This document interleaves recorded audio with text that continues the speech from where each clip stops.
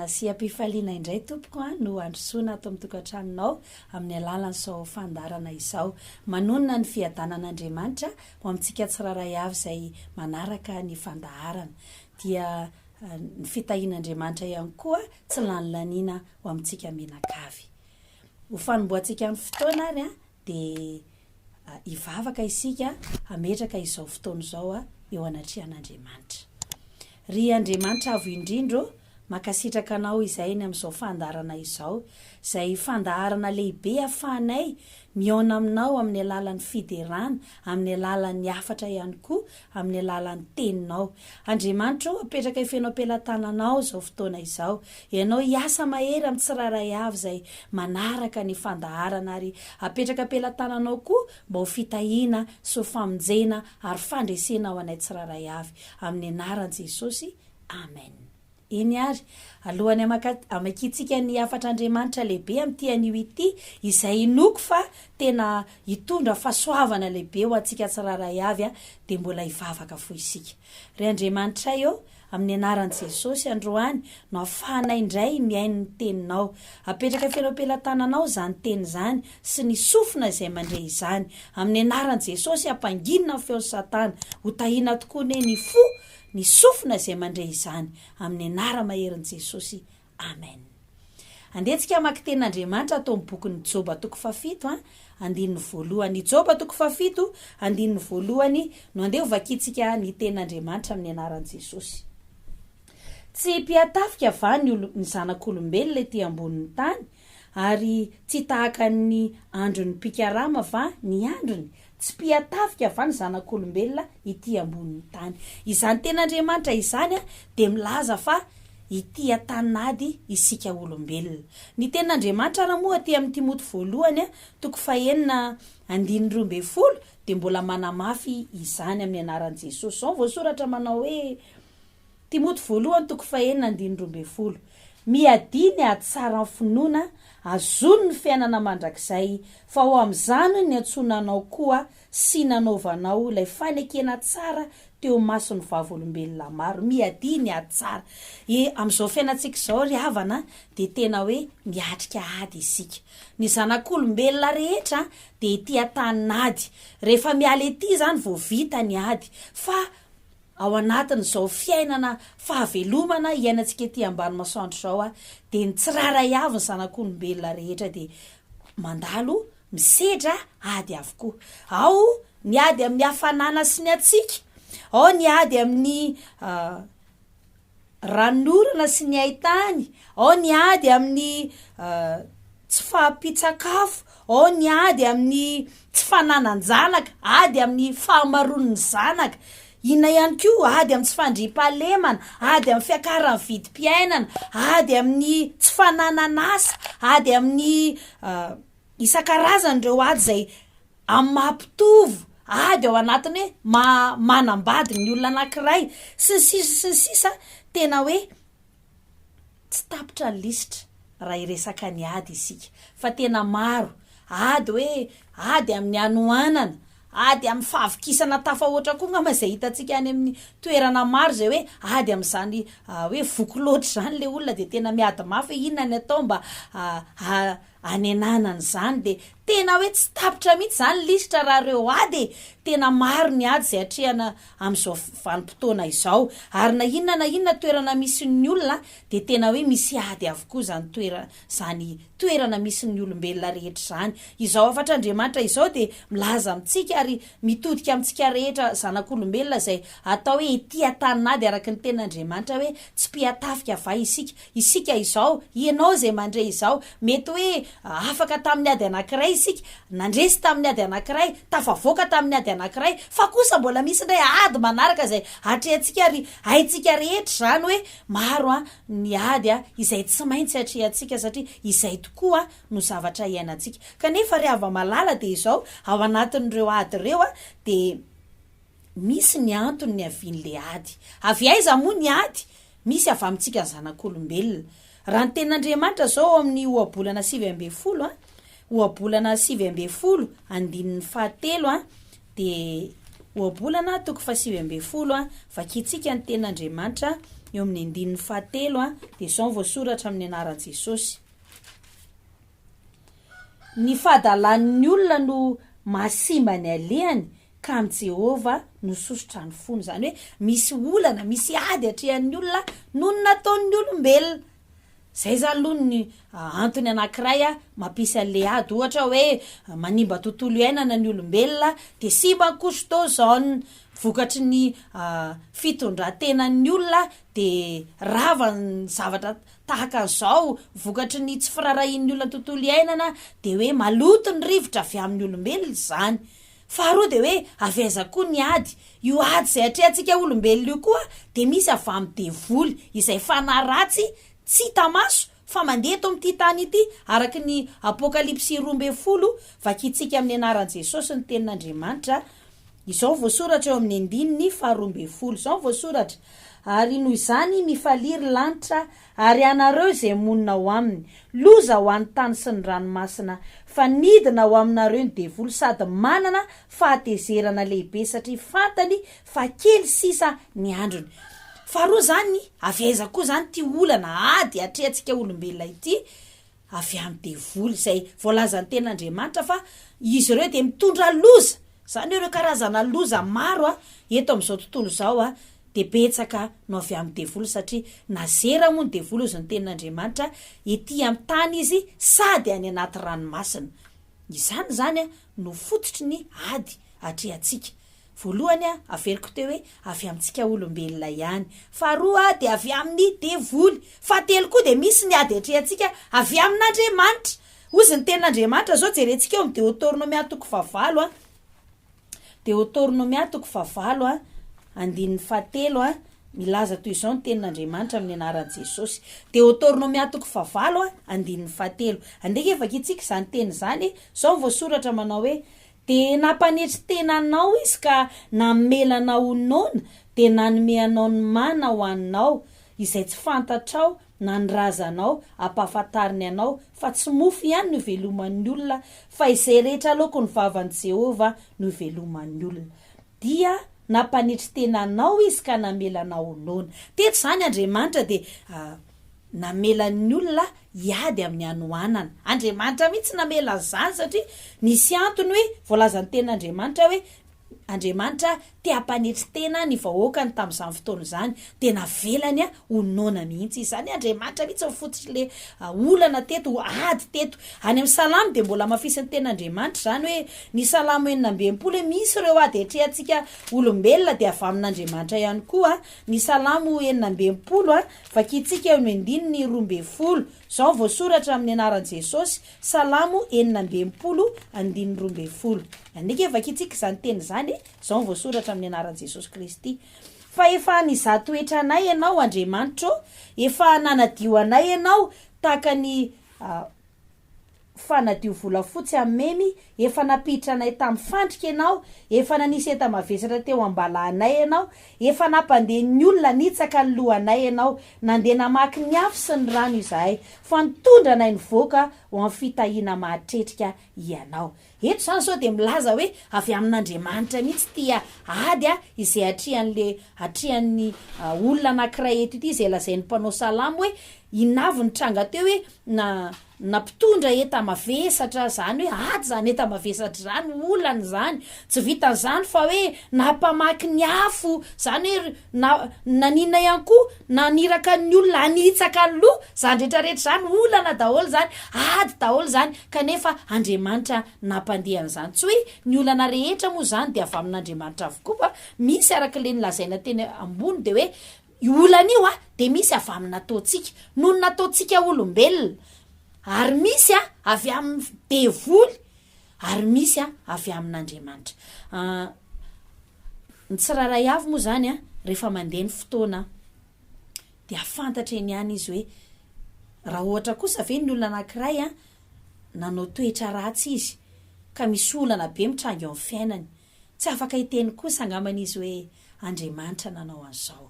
Misy koa ny olona hoe tena hoe tsapany hoe tsy izy mihitsy ny nahatonga an'ity zavatra ty ho rava, de tokony ho tonga saina misy ireo tontolo tsy hita maso na ny devoly zany izay fototra ty olana ity. fahatelo de hoe misy koa zany a reo olana zay navelan'andriamanitra na hoe nataon'andriamanitra hitranga satria misy antony tian'andriamanitra iseho ohatra hoe tahaka nyity Deutéronomia lazainy ten'andriamanitra vakitsika tety hoe satria andriamanitra mampita hafatra hoe tian'andriamanitra netritena le olona zao ara fantaniana faharoa de hoe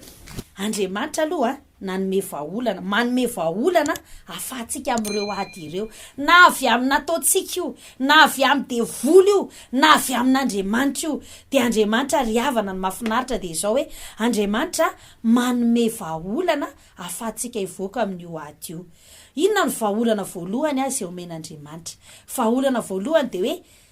raha tiatsika no afaka sy ho tafavoaka amin'ny ady zay atrehantsika anio sy rapety sy ny mbola ho avy mariana aloha fa amin'ity taona ity betsaka ny ady zay tsy maintsy ho atrehan'ny olona na inona mety hoe tsodrano faniritsika rehetra ao anatin'ity taona vaovao ity de izao hoe tsy maintsy ho tanteraka ireo kanefa koa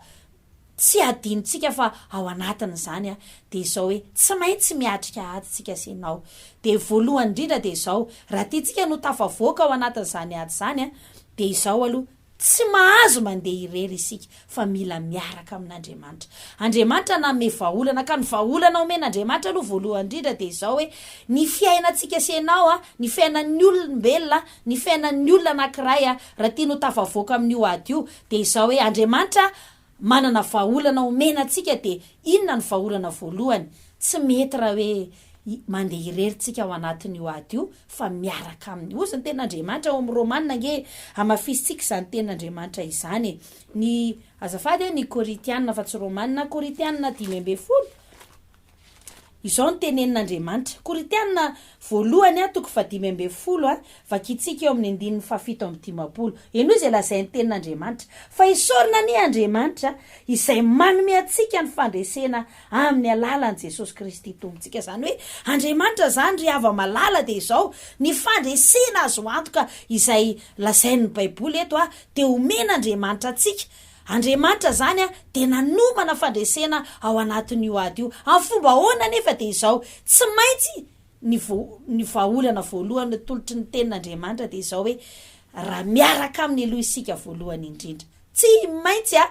miaraka amin'andriamanitra tsika misedra n'io ady io raha tiatsika no andray le vahaolana avy any amin'andriamanitra afahafa tokoa ne zany hoe andriamanitra ve nandrasantsika maly olana kanefa isika ary tsy mampiditra an'andriamanitra kory eo amin'ny fiainantsika andriamanitra tsy omentsika sihatra ahoana moa no ahafahan'andriamanitra iditra sy ahamahaolana zay voalazan'ny koritianina fa izy tena mitondra fandresena izy de manome fandresena tsy fantatro hoe iza no eritreretintsika hoe mampandresy antsika hoe raha riny alehako na ohatra zao ny alehako a de tena andresy amin'ity ady ty a fa ny ten'andriamanitra ato amin'ny koritianina milaza fa andriamanitra de manome fandresena ozy izy a amin'ny alalan'i Jesosy zany hoe tsy maintsy a miaraka amin'i Jesosy tsika riavana voalazan'ny ten'andriamanitra mantsy riavana fa raha ny tantarany vahoakan'andriamanitra tao amin'ny testamenta taloha de reo karazana fandresena be deaibe tena hoe nagaga tena nampitola gaga tao anatin'ny ady mangotraka zay natrehan'izy ireo de izao hoe ny fandresena amin'ny batainy a de izao no ny ferahany tamin'andriamanitra ao amin'ny bokyny Josoa de misy tantara riavana zay milaza ny amin'izany hoe ady lehibe zay natrehan'ny vahoakan'andriamanitra raha ohatra moa nitsofin'andriamanitra rano izy ireo fa hiditra ao amin'ny tany Kanana de izao mandra-batongany tamin'izany tany Kanana zany anefa de tsy maintsy mpandresy amin'ny ady rehetra zay atrehan'izy de voalaza ny ten'andriamanitra amin'ny Josoa 4:20 andeha vakitsika ny ten'andriamanitra amin'ny anaran'i Jesosy Josoa 4:20 zao voasoratra amin'ny anaran'i Jesosy manao hoe ka hoy izy tamin'i Josoa efa natolotry Jehovah eo an-tanantsika tokoa ny tany rehetra ary efa ketraka ny mponina rehetra amin'ny tany noho ny tahotra antsika efa natolotry Jehovah zany hoe andriamanitra mihitsy zany a no nampandresy an'izy ireo zany hoe niaraka tamin'andriamanitra izy tao anatin'io ady io ny vahaolana rosin'andriamanitra ho antsika menakavy de izao hoe mila miaraka amin'andriamanitra aloha isika ao anatin'io ady atrehantsika io raha ianao rery ny tolona amin'io raha izaho rery ny tolona amin'io de azo antoka hoe tsy afaka hitondra fandresena ao antsika andriamanitra fa raha tiatsika hoe anolotra antsika ny fandresena tahaka nanolorany any vahoaka ny tamin'ity fotoana ity a izay nanomezany fandresena ny Josoasy ireo zanak'Israely a de izao hoe tsy maintsy miaraka aminy isika riavana, tsy maintsy miaraka aminy isika riavana, tsy maintsy miaraka aminy isika. Ahoana moa zany miaraka amin'Andriamanitra izany?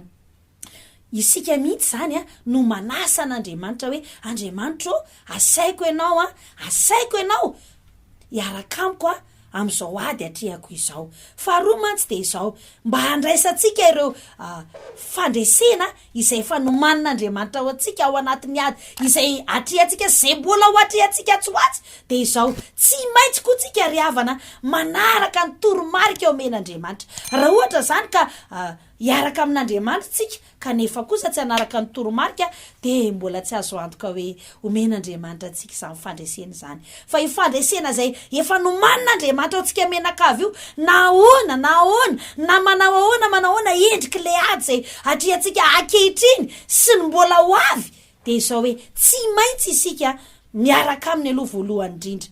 Ary faharoa de hoe tsy maintsy manaraka ny toromarika omeny mba hahafahantsika mibata le fandresena izay atolotr'Andriamanitra. Voalazany ten'Andriamanitra raha riavana fa izao hoe tany voalohany aloha de izao Adama sy Eva zay ampatsahivina antsika hoe noho tsy fanarahan'ny toromarika amen'Andriamanitra de tena hoe nitsotsorika ny fiainany, potika ny fiainany, ary zany ange izany no ady lehibe, tena fototry ny ady lehibe eto ambonin'ny tany a de izao hoe tsy fanarahana le toromarika de tena hoe eo tsy tafavoaka ao anatin'le ady mangotraka ny olona satria tsy nanaraka ny toromarika fa vao mahery pira, vao mahay miaratsy ny toedrara satria tsy manaraka ny toromarika izany. Voalazany ten'Andriamanitra riavana mantsy a ato amin'ny Jaona 7:11 de izao hoe tsy tiantsika ve ny overy, ny orava fiainana, na hoe io ady zay atrehantsika io apotika ny tantaram-piainantsika de ozany ten'Andriamanitra amin'ny Jaona 7:11 manao hoe toy izao ny tiavan'Andriamanitra izao tontolo izao, nomeny ny zanany lahatokana mba tsy overina hoe mba tsy ho resy anady izay rehetra mino azy fa hanana fiainana. Andriamanitra de izao hoe ny toromarika voalohany a izay tian'Andriamanitra ho ataontsika tsiraray avy a manoloana n'izao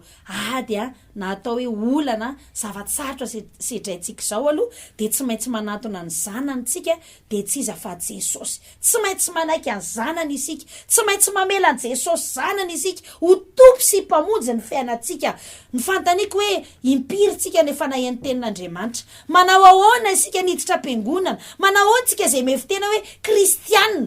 tena efa tsapanao ve hoe Jesosy ao anatinao, efa tsapanao ve hoe nanaiky azy ianao, satria Andriamanitra manokana riavana de izao na de mahita ny olana mafy zay sedrain'ny olona ary azadino ange fa ny tenin'Andriamanitra ny amin'ny Timoty milaza fa hiasarotra ny olana, hiasarotra ny fiainany. Aza mieritreritsika hoe rehefa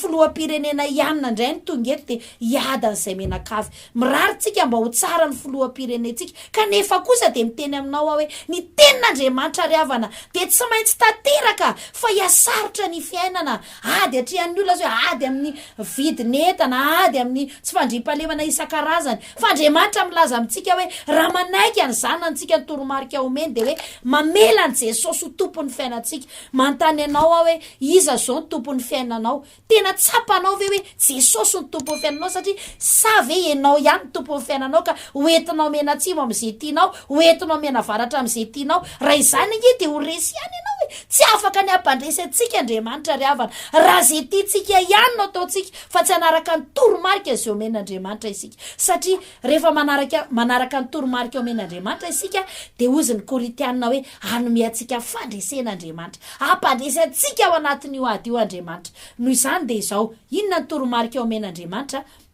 mba tonga antsika tsy ho resy tsy ho very de tsy maintsy mino alay Jesosy zanany isika, tsy maintsy manaiky an Jesosy isika araka ny Jaona 1:12 fa izay rehetra nandray azy de nomena hery ho tonga zanak'Andriamanitra. Riavanao tsy vitany hoe ampandresy antsika fotsiny Andriamanitra fa tena hoe andray antsika ho zanany Andriamanitra na samy olombelona eto amin'ity tany ity ary de izao hoe fantatr'Andriamanitra foana hoe iza ny manana an Jesosy zanany eo amin'ny fiainany. Mbola tsy taraiky tsika am'izao fotoana izao fa afaka tena mampanjaka an' Jesosy. Tsy kisendrasendra no nandrenesanao no nahitanao ty fandarana ity fa Andriamanitra miresaka aminao amin'ny alalan'izao fandarana zao hoe raha lehilahy raha vehivavy afaka ny andresy ianao na de fa ady mangotraka ary anatrianao amin'ny maha olombelona anao ngamba efa tena miravoravo tany anao hoe tena hoe tsy hitako tsony zay atao verihevitra tanteraka de ozy Andriamanitra hoe mbola misy vahaolana ny amin'ny ady be atrehanao io fa izao aloha tsy maintsy manaiky an' Jesosy ianao ho mpanjaka ny fiainanao, tsy maintsy mino an' Jesosy ianao satria izay ny toromarika ao men'Andriamanitra hoe izay ozy ny ten'Andriamanitra hoe izay mino azy de tsy ho very, zany hoe tsy maintsy mino an' Jesosy tsika. Zany hoe tsika mihitsy zany manapa-kevitra hoe za Jesosy manomboka izao izay le atao hoe mandray an' Jesosy manaiky anao tompon'ny fiainako, tsy za rery tsony tompon'ny fiainako hoe hoentiko am'izay tiako hitondrana azy fa avelako ianao no mitondra ny familiana ny fiainako, ianao no mpanjaka ny fiainako, ianao no tompon'ny fiainako. Zay zany toromarika ao men'Andriamanitra aloha voalohany indrindra. Tsy maintsy hoy manaiky an' Jesosy isika ho tompony fiainantsika. Ny olana de izao hoe be de be ny olona no mino an-tsaina fotsiny an' Jesosy fa tsy manaiky azy ho tompony sy ho mpamonjiny. Milaza izy fa manompo an'Andriamanitra nefa makany ampisikito ohatra, milaza izy fa manompo an'Andriamanitra nefa raha misy olana eo amin'ny fiainany tsy Jesosy zany ny antsony fa hafa ohatra, tsy izay ngele izy fa anaiky an' Jesosy ampandroso an' Jesosy ho mpamonjy tsika ry havana, ho tompony fiainantsika. Faharoa de voalaza ny ten'Andriamanitra mantsy aty amin'ny epistily voalohany Jaona na hoe Jaona voalohany 5:1. Andoky jerentsika ny ten'Andriamanitra izao voasoratra amin'ny anaran'i Jesosy fa izay rehetra nateraka Andriamanitra de maharesy zao tontolo zao ary ny fandresena zay eto maharesy zao tontolo zao de ny finoantsika. Iza moa no maharesy zao tontolo zao afa-tsy izay mino fa Jesosy no zanak'Andriamanitra. Be de be no ady anisan'izany ohatra ady amin'ny fakapanahy, ady amin'ny fahazaran-dratsy, ady amin'ireo nofo ratsy. Tsy vitsy ny olona manofo ratsy be amin'izao fiainana izao, mieritreritra hoe inona re no mba entiko edivana amin'ity ady amin'ity nofo ratsy ity fa voalaza ny ten'Andriamanitra hoe izao izy izay rehetra naterak'Andriamanitra. Mbola mafisin'Andriamanitra zany fa raha tsy aterak'Andriamanitra isika, ahoana zany aterak'Andriamanitra izany? Jaona ny filazantsarany Jaona hoe izay rehetra nandray azy, tena mila mandray isika, tena mila mandray isika, tena mila mandray isika. Aza inona ao an-tsaina fotsiny fa raiso teneno amin'ny vava, inoy amin'ny saina sy amin'ny fo rehetra hoe Jesosy no mpanjaka amin'ny fiainako, ampy izay lasa izay fa ankehitriny de anova famindra, tsy andeha irery tsony fa izao hoe ame toerana ame alalana an'Andriamanitra hiditra tsy hatreo amin'ny fiainako ampandresy Faharoa de ozy ny ten'Andriamanitra te hoe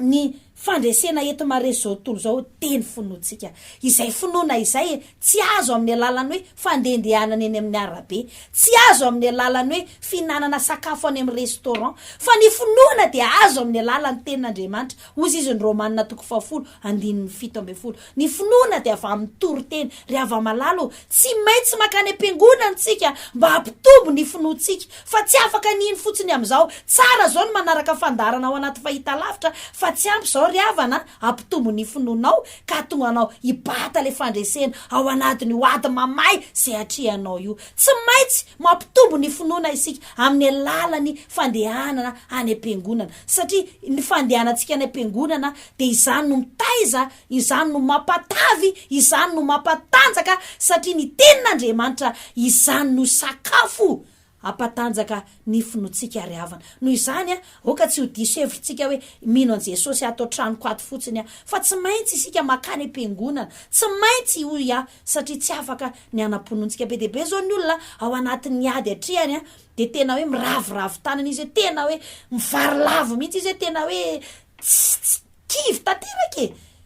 inona ny dikan'izany? Tsy manam-ponoana ntsony izy. Kanefa raha andehantsika zao anatona ny fiangonana, ny trano fiangonana de zao hoe azo antoka fa hitombondray ny finoantsika ka hampandresy atsika zany araka ny tenin'Andriamanitra. Noho izany ry ava-malala de izao hoe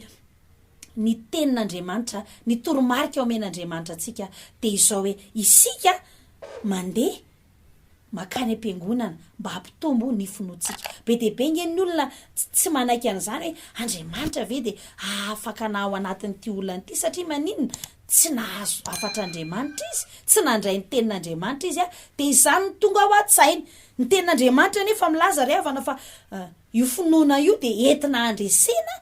ary zay ny jerevan'Andriamanitra ao anatintsika hoe rehefa manana finoantsika hoe tsy maintsy tafavoaka ao anatin'ity ady ity ahoana na tongavan'izany finoana zany ao anatin'ny fiainantsika ny fandrenesantsika ny afatr'Andriamanitra satria ny tenin'Andriamanitra zao ry havana de milaza ny tenin'Andriamanitra fa liko 20 eno itsana nge zay voalaza ny tenin'Andriamanitra hampitombo ny finoantsika zany afatr'Andriamanitra liko 27 izao voasoratra amin'ny anaran'i Jesosy Kristy izay tsy hain'ny olona de hain'Andriamanitra zany hoe Andriamanitra zany de milaza fa be deaibe reo zavatra tsy haintsika fa Andriamanitra kosa nefa mahay izany Andriamanitra zany ry hava-malala de izao tsy mba tahaka ny olombelona izy normal be zany tsika raha hoe misy zavatra tsy vitantsika mihitsy normal be zany tsika raha hoe very hevitra manoloana ny olana zay mitranga eo amin'ny fiainantsika ry hava-malala fa ny tenin'Andriamanitra milaza fa izay zavatra tsy haintsika ry havana de hain'Andriamanitra voalazan'io Luka 7:20 ny voalazan'ny tenin'Andriamanitra manao hoe izay zavatra tsy hain'ny olona de hain'Andriamanitra ry havana be deaibe ny olona efa nalehantsika angambany nakany aman'olona nakany tsy haiko koa zay olona verintsika hoe hitondrana ny olana io amaranako azy de zao ny fandresena azo antoka de ny avany amin'Andriamanitra ihany ny avany amin'Andriamanitra ihany noho izany de zao mila miaraka amin'Andriamanitra isika faharoa arao ny toromarika izay omen'Andriamanitra de tsy maintsy ho mpandresy isika na inona na manahoana ady sy olana izay hatrehantsika voninahitra de ho an'Andriamanitra irery ihany ty ampamaranana de hivavaka ao anao satria ny tenin'Andriamanitra milaza ihany koa fa ny vavaka de mahery atsoy ao amin'ny andro fahoriana hoy Andriamanitra iantso an'Andriamanitra isika ary ao anatin'ny olana zay hatrehanao io de inoko fa hiasa Andriamanitra hiasa ary ampandresy anao na inona koa mety aretina mahazo anao hivavaka isika rehefa aveo de Andriamanitra hitsy satriatra raha ino ianao androany ampandresy anasitrana anao hivavaka isika tompoko ry Andriamanitra avo indrindro misaotra anao zay satria mahery ianao ny olona rehetra zay mandresy mahita ny fandaharana ao anatin'ny ady ankehitriny tapa-kevitra ihany koa fa andrandra fandresena avy any aminao mamindrafo aminy amin'ny anaran'i Jesosy tapa-kevitra ny ampandroso hiaraka aminao Jesosy io ninona olana trehany amin'izao fotoana izao de izao hoe amin'ny anaran'i Jesosy Kristy no anesorana izany amin'ny anaran'i Jesosy na inona atsarotra eo amin'ny fiainan'ny olona amin'ny anaran'i Jesosy misy vahaolana eo amin'ny fiainany mampanompon'Andriamanitra de mandrotsaka vahaolana amin'ny anaran'i Jesosy Kristy ravarava ny ady eo amin'ny fiainan'ny olona izay manaraka izao fandarana izao de misaotra anao Andriamanitra fa misy kasika eo mahagaga amin'ny fiainan'ny tsiraray avy amin'ny anaran'i Jesosy amen hivavaka ho anao zay marary koa tsika apetrao amin'ny faritra marary anao ny tananao amin'ny anaran'i Jesosy amin'ny raha fo Andriamanitra zay rehetra marary amin'izao fotoana izao na inona aretiny sitranina izy amin'ny anaran'i Jesosy hiala fanaitainana rehetra foanana mikroba sy virus rehetra sitrana izy amin'ny anaran'i Jesosy amen eny ary tompoko de makasitraka an'Andriamanitra lehibe isika tao anatin'izao fandarana izao de mirary ianao indray anaraka ny fandarana manaraka de ny fitahian'Andriamanitra sy fiadanany eny ho amintsika menaka avy de mandrafiana tompoko